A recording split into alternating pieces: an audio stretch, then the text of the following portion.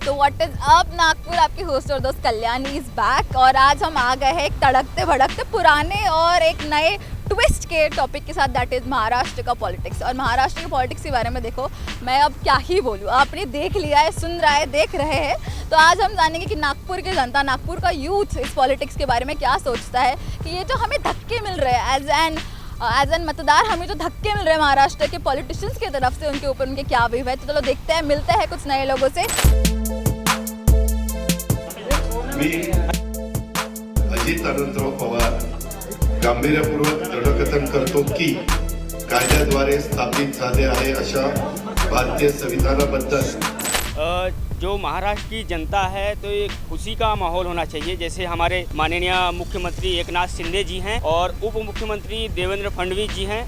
अजीत दादा ने अभी आए हैं जो महाराष्ट्र में, उनका स्वागत करना चाहिए। मैं जानना चाहता हूं कि महाराष्ट्र की जनता के लिए, उनके विकास के लिए उन्होंने ऐसा किया है और ऐसा कुछ सोचने का विचार नहीं है कि किसी के ऊपर टीका किया जाए। का स्वागत किया जाए कि जनादेश के लिए है और महाराष्ट्र के विकास के लिए है। अभी राजनीति जो है अच्छा सरकार चलाए मिलके, मुझे ऐसा लगता है कि राजनीति नहीं रह गया, बिजनेस बन चुका है। राजनीति उसको बोलते हैं अच्छे से चलाना, अच्छे से करना, कि जो सरकार कुछ दिन तक चले, कुछ साल तक चले, तो उसको बोलते हैं। और देश को दिक्कत और बार बार क्या होता है कि इसमें देश का ही और महाराष्ट्र की जनता को ही समस्या है ना। पैसे तो देश की जनता की ही जा रहा है, खर्चा हो रहा है, बार बार जो है सरकार जो चेंज करना, बदलना, इसको बदलना। तो हमारा यही निवेदन है कि अब बिजनेस मत बनाओ, सरकार अच्छे से चलाओ, अच्छे से रहे और देश का जनता का भला करो और महंगाई और बेरोजगारी कम करो।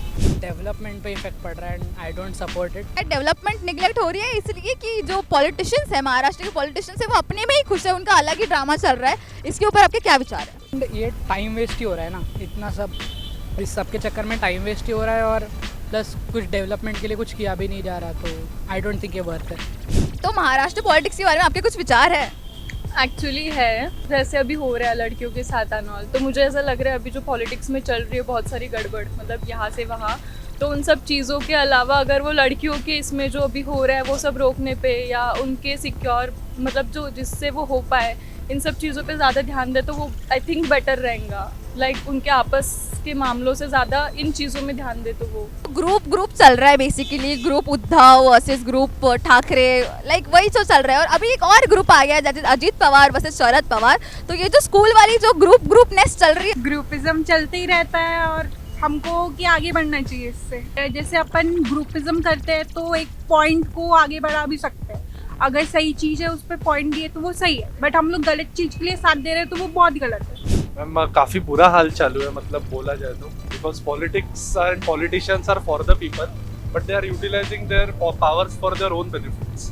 तो ये नहीं करना चाहिए, मतलब उनको पोजीशन नहीं मिलती और वो पार्टी छोड़ देते हैं। तो पार्टी से रिलेटेड मतलब जो लोग होते हैं उनके साथ तो बहुत बुरा होता है, मतलब जो वैल्यूज देखकर फॉलो करते हैं उनको, तो वो काफ़ी हो नहीं पाता है। तो इसीलिए ये पॉलिटिक्स को थोड़ा सा मतलब अच्छे वे में, मतलब अच्छी डायरेक्शन में नहीं जा रहा है अपने इंडिया पॉलिटिक्स। तो महाराष्ट्र का तो बहुत ही बुरा हाल है। 2019 से जो चल रहा है उसके ऊपर आपका क्या टिप्पणी है या फिर आप क्या एडवाइस देना चाहेंगे? सबने अपना एक बराबर एक पोजीशन लेना चाहिए, एक स्टैंड लेना चाहिए, क्योंकि क्या है, एक पॉलिटिशियन पहले कुछ बोलता है और बाद में कुछ और दूसरा बोलता है, तो ये सब बंद होना चाहिए। जो वोट है उनका मतलब कुछ वैल्यू ही नहीं है, खुद के हिसाब से अपना पोजीशन चेंज कर रहे हैं, खुद के हिसाब से जिस पार्टी के साथ जा रहे हैं उनके साथ गठबंधन में जा रहे हैं। तो देखिए, पहले एकनाथ शिंदे का गठ था, फिर उद्धव का गठ था, और अभी अजीत वर्सेस शरद का जो गठ हो रहा है, तो ये जो ग्रुपिज्म चल रहा है, ये जो बायसनेस चल रहा है, इसका परिणाम हम जैसों पे, हमारे वोटर्स पे क्या होगा, इसका ऊपर आपके क्या विचार है सर? महाराष्ट्र का अगर देखें तो बाकी स्टेट जैसा नहीं है, अनप्रेडिक्टेबल है। जैसे कि देखते हैं अपन मराठी में वो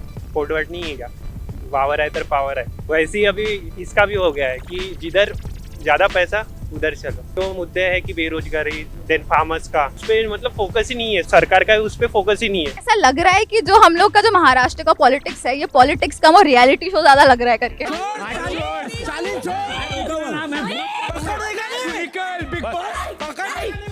पॉलिटिक्स में भी अभी नहीं क्या धर्म भेदभाव ज्यादा हो रहा है। पॉलिटिशियन जो लोग है वो धर्म का ही जो बोलते एक सपोर्ट ले रहे हैं वोट कलेक्ट करने के लिए। एज अ यूथ, ये जो रियलिटी शो चल रहा है महाराष्ट्र में पिछले 2019 से, तो क्या ये आप एंजॉय कर रहे हैं या इसको बॉयकॉट करना पसंद करेंगे? नहीं, इसको डेफिनेटली बॉयकॉट करना चाहेंगे। ये एंटरटेनमेंट की चीज़ है ही नहीं, लोगों का जो वोट्स है उसका तो कोई वैल्यू रहा ही नहीं है।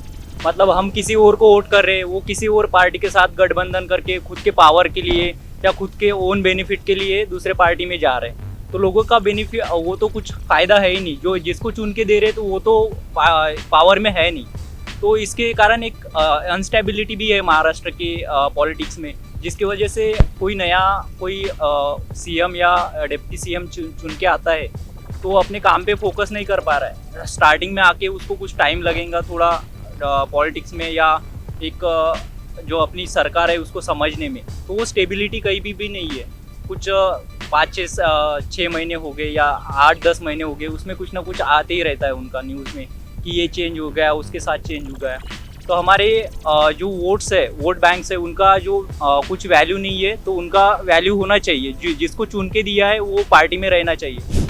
तो भाई ये थी नागपुर की पब्लिक, और आपने जान लिया कि नागपुर की पब्लिक क्या सोचती है पॉलिटिक्स के बारे में। तो देखो भाई, जो पॉलिटिक्स चल रहा है वो ऑलरेडी मेस्ड अप है, और जो लोगों के ओपिनियन है वो ज़्यादा मेस्ड अप होते जा रहे हैं। जो लोग मिले हैं उन्होंने अपना ओपिनियन नहीं, अपना दुख दर्द बयां किया है। और अगर आपको भी अपना दुख दर्द बयां किया है तो कमेंट में बताइएगा कि एक्चुअली में जो सीन चल रहा है, ये जो पॉलिटिक्स चल रही है, जो गेम चल रहा है, ये जो ग्रुपिज्म चल रहा है, उसके ऊपर आपके क्या विचार है। तब तक के लिए देखते रहिए यूसी। Thank you.